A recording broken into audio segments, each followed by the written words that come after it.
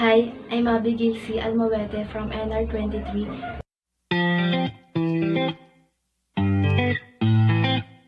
Today I'm going to show you how to bath a baby. Hygiene is an important aspect of baby care, and daily bath is essential to keep the baby clean and fresh. It also provides opportunity to the nurses to identify any developmental skin infections which should be brought to the notice of the physician. You will be needing the following items to bath your baby.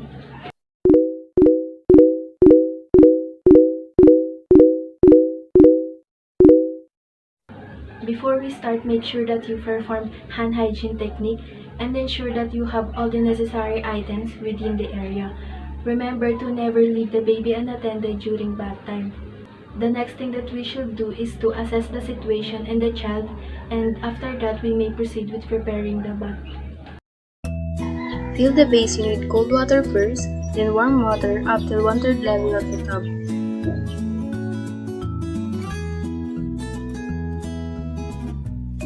Mix the water well and use your elbow to test the temperature of the water. Make sure it is comfortably warm and not too hot. Squeeze 2 drops of baby soap to the water and mix well.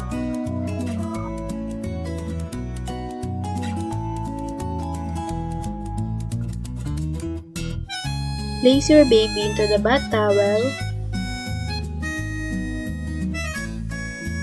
and gently remove the vest. Talk to your baby so that he feels reassured.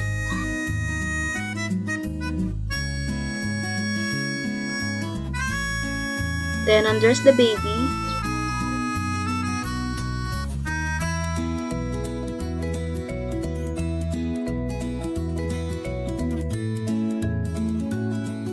Next, wrap him up with a towel, keeping his hands and feet wrapped within the towel.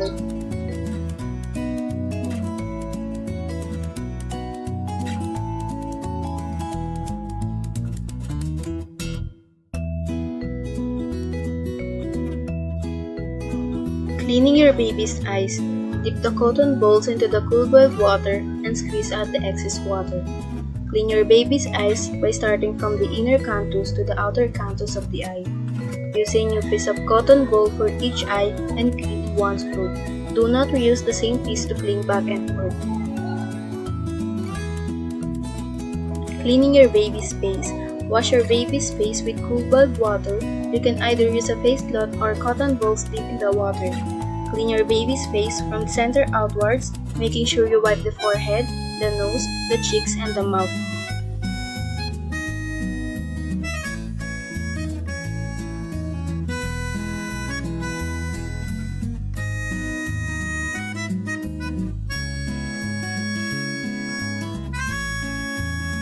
Washing your baby's hair. Carry your baby using a football hold and tuck him between your arm and the side of your body. Tilt his head slightly backward over the bath basin and wash his hair.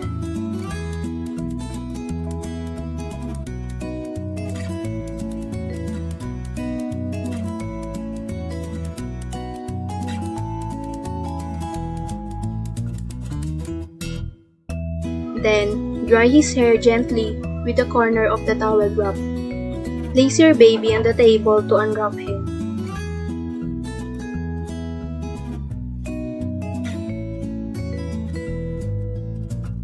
You are now ready to place the baby into the tub of water or his bath, washing the baby's body. Washing your baby's body. Slide your right hand under the buttocks and grip the baby's tight and lead your baby into the bathtub.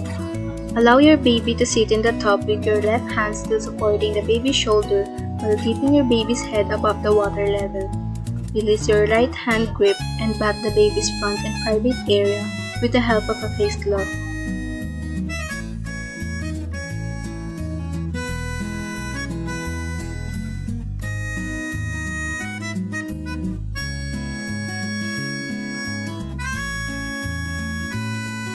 Once done, use your right hand to take over the grip under the baby's armpit and allow him to lean forwards over your right arm while you clean his back and buttocks with your left hand.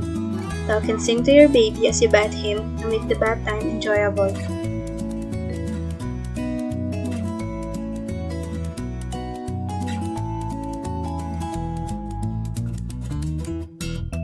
When you are done, lift him out of the water, same way you brought him in. Place your baby gently into the towel and pat him dry. Pay attention to the skin folds and be sure to dry him behind the ears, between his fingers and toes, under his armpit and private area.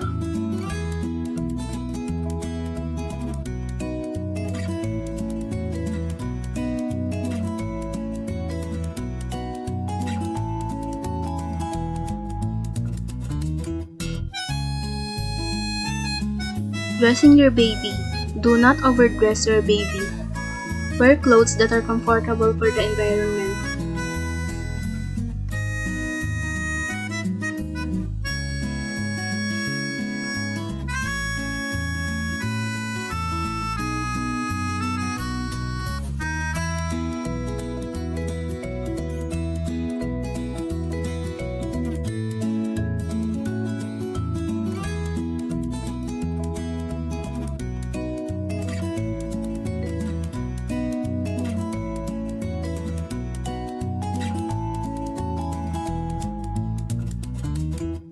Cuddle your baby often to reassure him. With your baby feeling clean, fresh, and comfortable, it is time for a good feed. Babies usually sleep better after a warm bath too.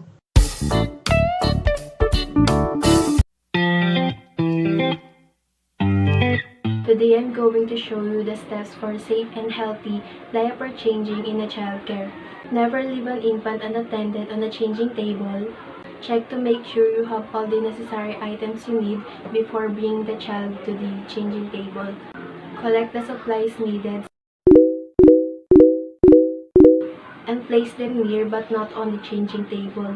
Cover the table with a disposable covering or whatever you have at home. Make sure that your hands are clean. Perform hand washing technique. Next, put on disposable gloves before picking up the child. Place the child on the covered surface and always keep a hand on her. Unfasten the diaper.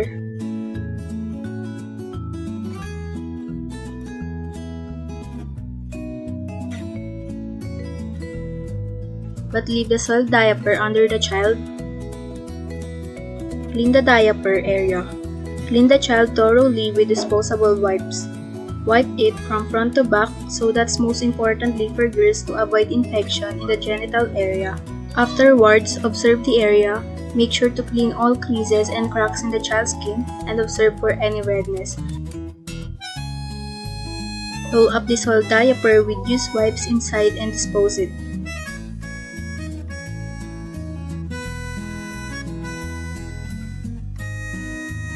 Next, remove and dispose your gloves.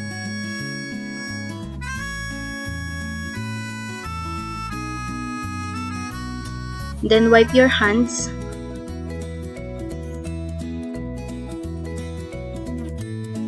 Put on the clean diaper. Fasten the diaper securely.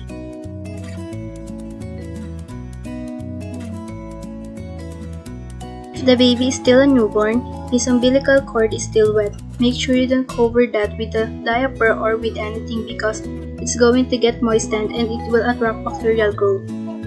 Record the child's diaper change on the daily record sheet. If you are changing several children's diaper in a row, make sure to wash your hands and disinfect the diaper table.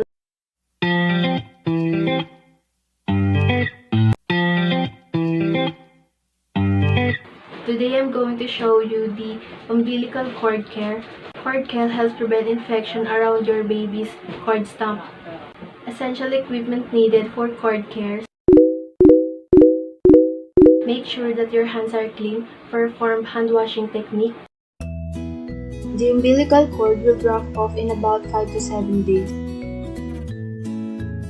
Dip the cotton balls into antibacterial solution or water and squeeze dry to gently clean the base of the cord with one circular motion. Discard the swab after use.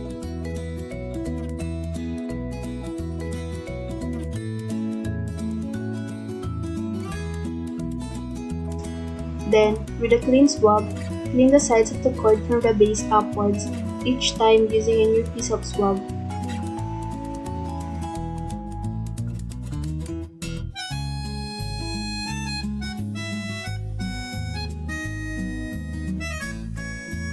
Clean the cord clamp and the tip of the cord. Keep the cord clean and dry at all times. And document all the relevant data.